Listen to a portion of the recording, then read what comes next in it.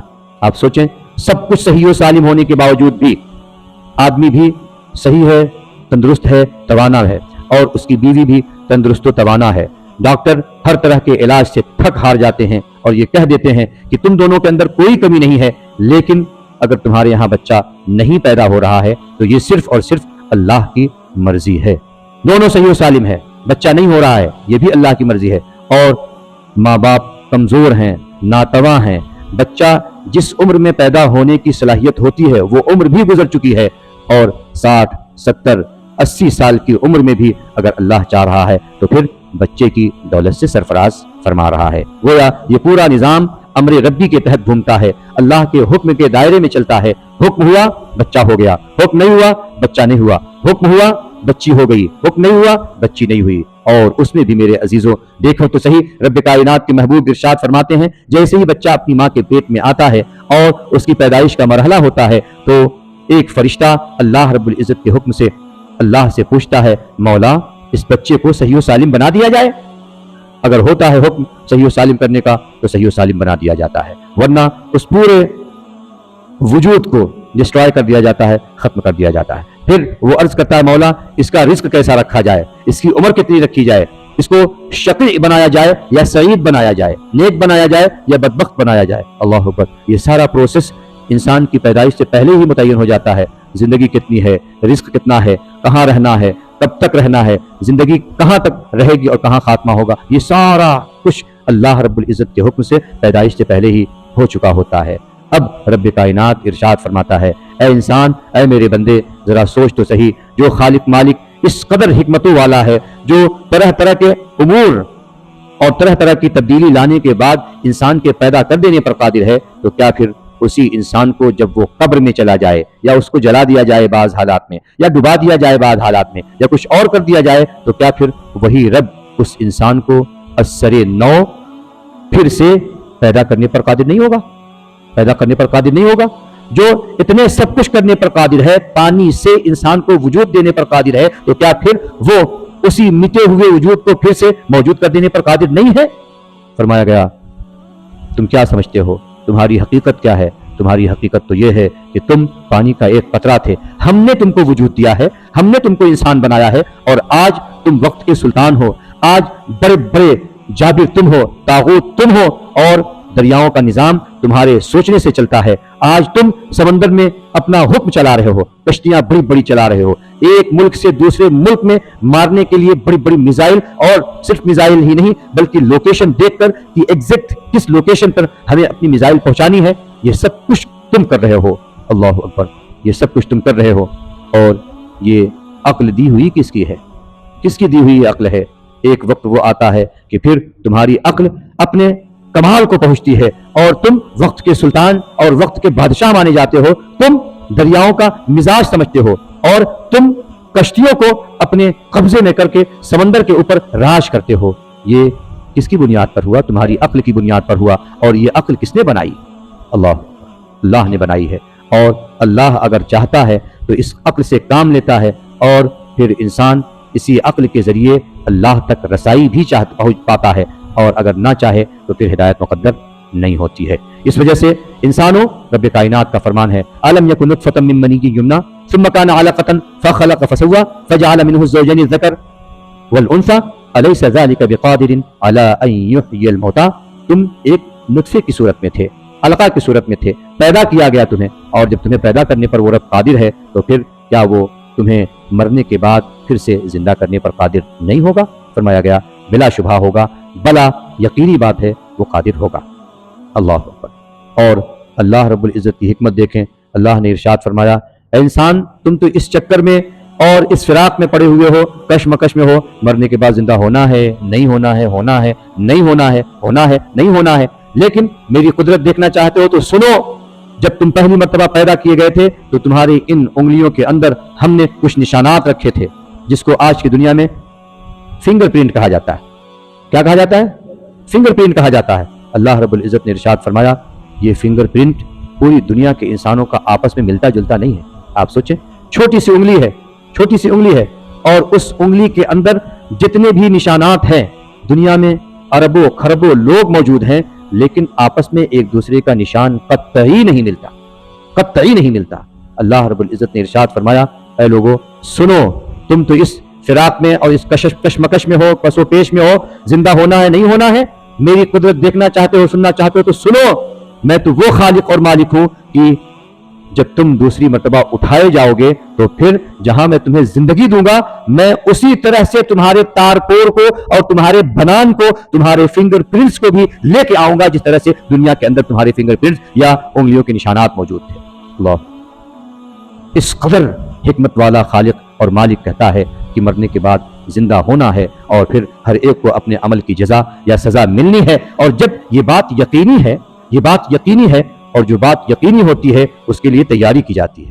جو بات یقینی ہو اس کے لیے استعداد کا کام انجام دیا جاتا ہے, اس کے لیے پھر آدمی کو تیار ہونا پڑتا ہے. تو پھر آج بھی دیر نہیں ہوئی ہے. یقینی ہے ہم کو مرنا ہے, یقینی ہے ہم کو قبر کے مرحلے سے گزرنا ہے, یقینی ہے ایک وقت آئے گا کہ پھر دنیا ختم ہونی ہے اور پوری کائنات کے انسانوں کو اٹھایا جانا ہے. یقینی ہے کہ ہر ایک کا سوال ہونا ہے, ہر ایک سے سوال ہونا ہے, عمر کے بارے میں, علم کے بارے میں, کپڑے لتے کے بارے میں, زندگی کے بارے میں، جوانی کے بارے میں، ہر ایک کے بارے میں سوال ہونا ہے، اور پھر جزا یا سزا کے طور پر جنت میں انشاءاللہ ہم کو جگہ دی جانی ہے، اور اللہ نہ کرے کسی نہ کسی کو جہنم کی بھی سزا دی جانے والی ہے۔ ظاہر ہے جو بات یقینی ہو اس کے لیے تیاری کی جاتی ہے۔ آج بھی کچھ نہیں ہوا، رب کی رحمت ہمیں آواز دے رہی ہے کہ اگر تم ہزار گناہ کر کے میری بارگاہ رحمت میں آ کر رو کر گڑ گڑا کر مجھ سے مانگ لو تو میں تو اتنا کریم ہوں، میں بخشنے پر آتا ہوں، تو پھر ہیلے اور بہانے تلاش کر کے انسانوں کی بخشش کر دیتا ہوں۔ اے انسان، اس قدر بے خود نہ ہو جا، اس قدر مگن نہ ہو جا دنیا میں، یہ مت سوچ کہ تجھے مرنے کے بعد زندہ نہیں ہونا ہے، تجھ کو میری رحمت میں آنا ہی آنا ہے۔ اس وقت تم کو پھر جواب دینے کے لیے تمہاری زبان نہیں ہوگی، زبان پر تالا لگا دیا جائے گا اور کہا جائے گا اے ہاتھ تو بول، اے پیر تو بول، اے وجود تو بول، اور یہ ہمارے ہاتھ، یہ ہمارے پیر، یہ ہمارا وجود ہر ایک چیز کی گواہی دینے لگے گا۔ سورہ یاسین میں اسی کی طرف اشارہ کرتے ہوئے رب کائنات نے ارشاد فرمایا الیوم نختم علی افواہہم وتکلمنا ایدیہم وتشہد ارجلہم بما کانوا یکسبون۔ آج ہم ان کی زبانوں پر تالا لگا دیں گے، آج ان کے ہاتھ بولیں گے، آج ان کے قدم بولیں گے جو کچھ بھی انہوں نے برائیاں کی ہے۔ اللہ ہماری اور آپ کی حفاظت فرمائے۔ ان مقامات اور ان جگہوں تک کو پیش کر دیا جائے گا جس جگہ پر کسی انسان نے برائی کی ہوگی۔ آج لے اس کی پناہ، ان کی پناہ، آج مدد مانگ ان سے، پھر نہ مانیں گے قیامت میں اگر مان گیا۔ بلا شبہ ہم گنہگار، سیہکار، اسیاں شعار سب کچھ ہیں، ہمیں اس کا اعتراف، لیکن رب قدیر کی رحمت بڑی ہے، خود کہتا ہے اگر تم چند آنسوؤں کے قطرات لے کر گڑ گڑا کر میری بارگاہ میں آ جاؤ تو پھر دیکھو میری رحمت کا جلوہ دیکھ لو کہ میں بڑے سے بڑے گناہوں کو معاف بھی کر دوں گا، بلکہ گناہوں کو ثواب میں تبدیل کر کے تمہیں جنت الفردوس عطا فرما دوں گا۔ بس یہ ہے کہ ایک ٹوٹا ہوا دل ہو، رب کائنات کی طرف چلنے والا دل ہو، اور گناہوں کا اعتراف کر کے مانگنے والا دل ہو، مانگنے والی زبان ہو، تو پھر رب کریم بلا شبہ غفور الرحیم ہے، وہ بندوں کے اوپر ماؤں سے بھی زیادہ مہربان، کرم فرمانے والا ہے۔ اللہ کے رسول صلی اللہ علیہ وسلم نے بہت سارے لوگوں کے بارے میں یہ ارشاد فرمایا کہ ایسے ہزار لوگ ہوں گے جن کو رب کائنات میری دعا کے نتیجے میں اور میری شفاعت اور سفارش کے نتیجے میں رب کائنات ایسے ہزار لوگوں کو بغیر حساب و کتاب کے جنت میں داخل فرما دے گا۔ ایسے ہزار لوگ ہوں گے، ہزار لوگ ہوں گے۔ ہم اس کی تاب نہیں رکھتے کہ ہم ایک لمحے کے لیے بھی جہنم کے عذاب میں اپنے آپ کو محفوظ کر سکیں یا ہمارا وجود جہنم کے عذاب کو برداشت کر سکے۔ نہیں کر سکتا۔ ہمارے آقا نے بتایا نہیں تھا جہنم کے عذاب سے سب سے ہلکی کہانی یہ ہے کہ جہنمیوں کو آگ کا ایک جوتا پہنایا جائے گا، جس جوتے کی گرمی کی بنیاد پر انسان کا دماغ اور بھیجا کھول کر اس کے ناک کے راستے سے باہر آ جائے گا۔ جہنم کے عذاب کی سب سے ہلکے عذاب کی یہ کہانی ہے، تو آپ سوچ سکتے ہیں کہ جہنم کے بڑے عذاب کا کیا معاملہ ہوگا۔ البتہ ہم یہ جانتے ہیں کہ رب کے رسول کی رحمت ہو جائے اور ان کا سہارا مل جائے تو پھر رب کائنات بھی اپنے محبوب کی مسکراہٹ چاہتا ہے، اپنے محبوب کی رضا چاہتا ہے، اور محبوب اگر اسی میں راضی ہیں کہ ان کی امت کو معاف کر دیا جائے تو پھر رب کائنات خود ہی کہے گا وَلَسَوْفَ يُعْطِيكَ رَبُّكَ فَتَرْضَىٰ۔ آج کے دن اللہ رب العزت آپ کو اتنا عطا فرمائے گا اے محبوب کہ آپ راضی ہو جائیں گے، اور خود آقا فرماتے ہیں مولا میں اس وقت تک نہیں راضی ہوں گا جب تک میرا ہر امتی بخش نہ دیا جائے۔ اب آئی شفاعت کی باری، اب آئی شفاعت کی باری، اب آئی ذرا چین لے میرے گھبرانے والے، ذرا چین لے میرے گھبرانے والے۔ اور اعلیٰ حضرت نے فرمایا تھا رضا پل سے اب وجد کرتے گزریے، رضا پل سے اب وجد کرتے گزریے کہ ہے رب سلم دعائے محمد، کہ ہے رب سلم دعائے محمد، کہ ہے رب سلم دعائے محمد۔ رب کائنات کی بارگاہ میں دعا ہے رب قدیر ہم کو اور آپ کو ایمان کما حق ہو، ایمان رکھنے کی طرح ایمان عطا فرمائے، اور لمبی عمریں عطا فرمائے، اپنی عبادت کی توفیق نصیب فرمائے، حضور پاک کی محبت اور اطاعت نصیب فرمائے، مسلمانوں کو وقار رفتہ عطا فرمائے، مسلمانوں کی جان و مال عزت و آبرو کی حفاظت عطا فرمائے، اور سب سے بڑھ کر جب ہمارے جانے کا وقت ہو تو ہم سبوں کو کلمہ شہادت کے ساتھ، ایمان کے ساتھ حضور پاک کے قدموں میں مدینے کی سرزمین پر رمضان کے روزوں کے ساتھ، جمعے کے دن کے ساتھ، نماز کی ادائیگی کے ساتھ، سجدے کی حالت میں ہم کو اور آپ کو مدینے کی سرزمین نصیب فرمائے۔ ان اللہ وملائکتہ یصلون علی النبی یا ایھا الذین آمنوا صلوا علیہ وسلموا تسلیما۔ اللهم صل على سيدنا وشفيعنا وحبيبنا وبارك وسلم صلاة وسلاما عليك يا رسول الله صلى الله تعالى عليه وسلم۔ سبحان ربك رب العزة عما يصفون وسلام على المرسلين والحمد لله رب العالمين۔ لا إله